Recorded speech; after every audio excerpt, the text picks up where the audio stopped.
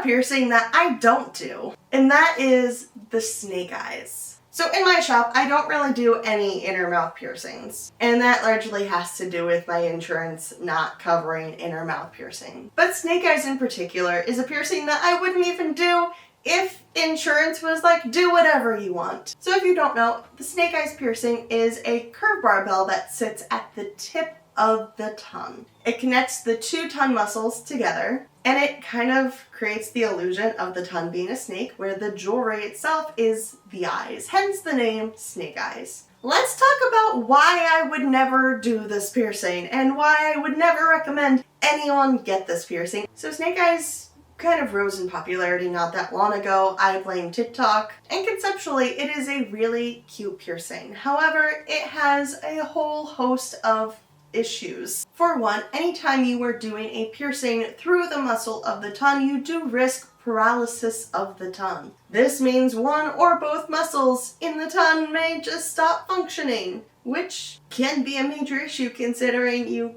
kind of need that part of your body to do the talking thing. For some people, this paralysis is temporary. However, some people are much less fortunate. Unlike a typical tongue piercing, which sits sort of in between the muscles of the tongue, the tip of the tongue is much less likely to fully heal from this piercing. Unfortunately, there are many people that find that the tip of the tongue piercing kills a lot of the cells at the tip of the tongue. Meaning, rather than the piercing healing, all of the cells around the piercing site will die. This makes this particular piercing much more prone to infection. Not to mention, just like any oral piercing, the snake eyes has the potential to cause a lot of inner mouth damage, especially with the teeth and gums. And unlike most of these other piercings, there's not really any way to avoid it. I feel like lip piercings get a lot of guff for being very damaging to teeth. Depending on how and where a lip piercing is done, it may never come into contact with your teeth. However, there is no way to pierce snake eyes that prevents it from coming into contact with your teeth, because it is literally right up against your teeth all the time. A lot of people who get the snake eyes piercing and keep this piercing in for an extended period of time find that they will start to erode their teeth and gum line from the inside. This means that even if they had a perfectly healthy smile before they had the piercing, they could be losing teeth within months.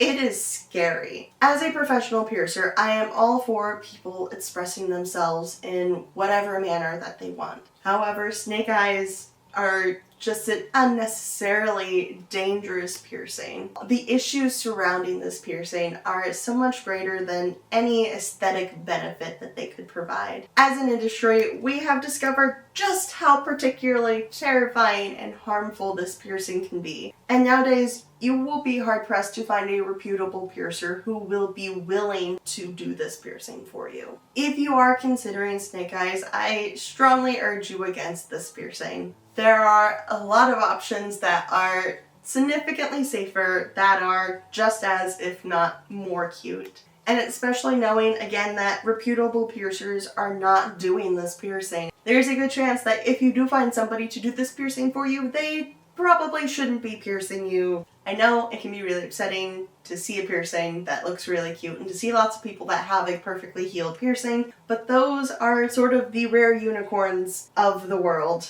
And a lot of people that do get these piercings, that do have these complications, don't like to speak out about the issues that they might be experiencing. Your best option will be to sit down with a reputable piercer in your area for a consultation and to talk through what your aesthetic goals are. From there, they can provide you with options of services that they do provide that will actually heal and not cause significant bodily damage, and hopefully get you at least in the direction of your aesthetic dreams. So as a piercer, I am sorry to tell you, this is a piercing that you should not get done, but this is a piercing that you should not get done. Stick with a traditional tongue piercing. So as disappointing as this is, I hope that this video was helpful, and if you did find it helpful, I would appreciate if you gave me a thumbs up and left me a comment down below with any questions or topics you would like me to discuss in a future piercing video. While you're down there, I would also appreciate if you hit that subscribe button, because I post a new piercing video every Friday, and also whatever it is I'm doing on Wednesdays. It is whatever.